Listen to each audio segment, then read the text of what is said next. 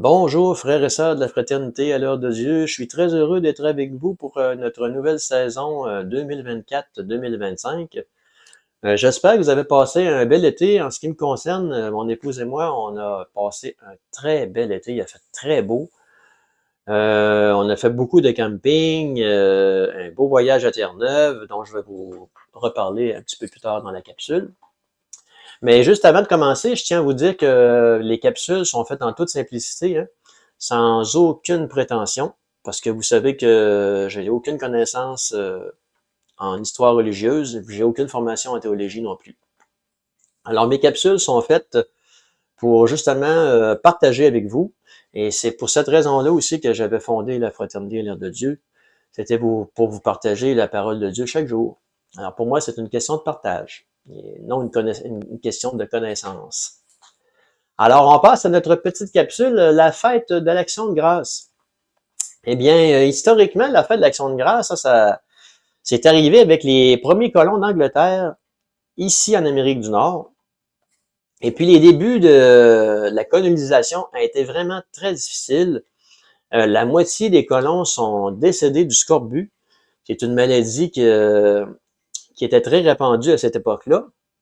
Et puis les survivants, eux, ils vont devoir leur salut à l'intervention des Autochtones. Les Autochtones ont pris bien soin d'eux. Ils leur ont fourni la nourriture, ils leur ont donné des plantes médicinales, ils leur ont appris à chasser, à pêcher et aussi à cultiver le maïs. Et c'est ça qui les a sauvés.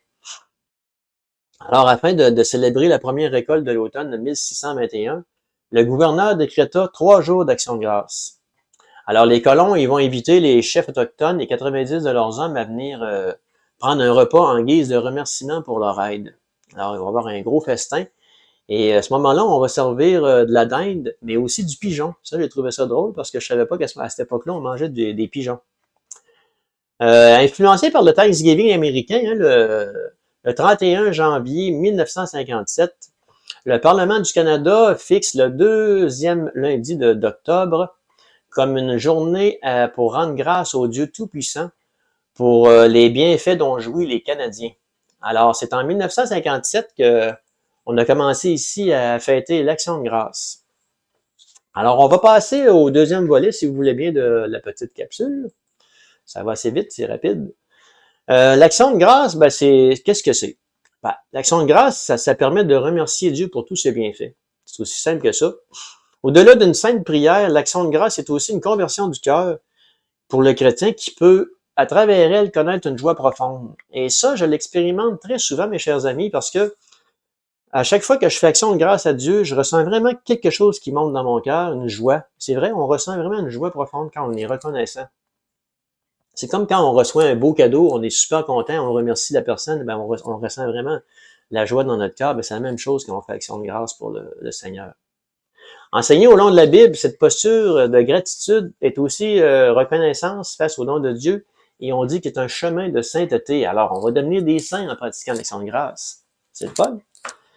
On peut lire dans Éphésiens 5.20 « Rendez continuellement grâce pour toutes choses à Dieu le Père, au nom de notre Seigneur Jésus-Christ. » Alors, rendre grâce, ça peut revêtir deux dimensions. La première dimension, c'est le remerciement. Ben, le remerciement pour les bienfaits, une réponse à une prière, une demande, on veut remercier Dieu pour ce qu'il fait pour nous. Ça peut se faire aussi sous forme, on dit sous forme d'offrande, voire même de sacrifice. Alors à ce moment-là, on appelle ça un sacrifice d'action de grâce. Mais ça peut tout simplement une prière dans laquelle on va dire merci à Dieu. C'est aussi simple que ça. La deuxième dimension, c'est la reconnaissance. La reconnaissance, c'est une attitude. C'est le fait d'avoir un cœur reconnaissant pour tous les bienfaits que Dieu fait pour nous dans notre vie, pour sa présence, pour son amour infini. C'est aussi simple que ça aussi. On retrouve aussi l'action de grâce dans la Bible, hein. Autant dans l'Ancien Testament que dans le Nouveau. On retrouve notamment dans de nombreux psaumes. Comme vous savez, je pratique le bréviaire chaque jour et puis j'ai l'occasion de lire les psaumes à chaque jour. Et il y a beaucoup de psaumes d'action de grâce, des psaumes qui vont remercier Dieu. J'en ai un ici en exemple, c'est le psaume 103 que je vais vous lire. « Mon âme bénit le Seigneur, que tout ce qui est en moi bénisse son saint nom. Mon âme bénit le Seigneur et n'oublie aucun de ses bienfaits. Alors ça, c'est un exemple d'un psaume d'action de grâce. Il y en a beaucoup dans le bréviaire, si vous allez lire. Il y a aussi dans les évangiles, hein, si vous lisez l'évangile comme moi tous les jours, Jésus va nous montrer souvent l'exemple d'action de grâce, notamment au moment de la scène. Hein, il prit le pain et après avoir rendu grâce, il le rompit et le donna à ses disciples. Alors ça, c'est dans Luc 24-30 pour ceux qui veulent aller lire. En ce qui concerne l'Eucharistie, justement, en parlant d'Eucharistie, on dit que le mot Eucharistia signifie action de grâce, louange et joie. Alors, on va devenir des savants aujourd'hui, on apprend des choses en même temps. On retrouve aussi beaucoup d'actions de grâce dans les actes des apôtres. Hein. L'Église primitive pratiquait beaucoup la louange et l'action de grâce. D'ailleurs, Saint Paul, qui est mon saint préféré, dans ses lettres, exhorte les chrétiens à rendre grâce à Dieu en tout et pour toutes choses. On peut lire dans Philippiens 4.6, « Ne vous inquiétez de rien, mais en toutes choses, faites connaître vos besoins à Dieu par des prières de supplication avec des actions de grâce. » Pour ma part, je fais toujours action de grâce, j'ai toujours fait ça, moi c'est naturel pour moi, c'est quelque chose qui est naturel. Je fais ça depuis longtemps. Et puis, rendre grâce à Dieu, je trouve que c'est facile, hein? Parce que des fois, juste le matin, hein, le fait qu'on se lève avec la vie et la santé, on peut déjà remercier Dieu pour ça. Ça, c'est quelque chose qui est facile à faire. Alors, d'ailleurs, dans notre voyage à Terre-Neuve, mon épouse et moi, on a eu l'occasion presque à chaque jour de rendre grâce à Dieu avec tous les beaux paysages qu'on a vus, les bons moments qu'on a passés ensemble. Ça a été très facile de rendre grâce à ce moment-là.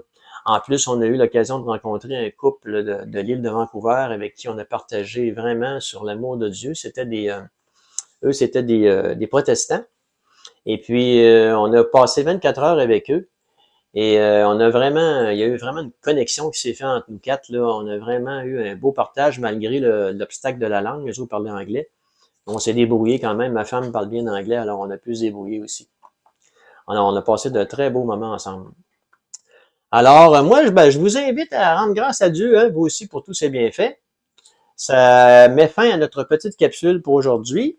Alors, moi, je vous dis, chers frères et sœurs, union de prière et à une prochaine. Bye!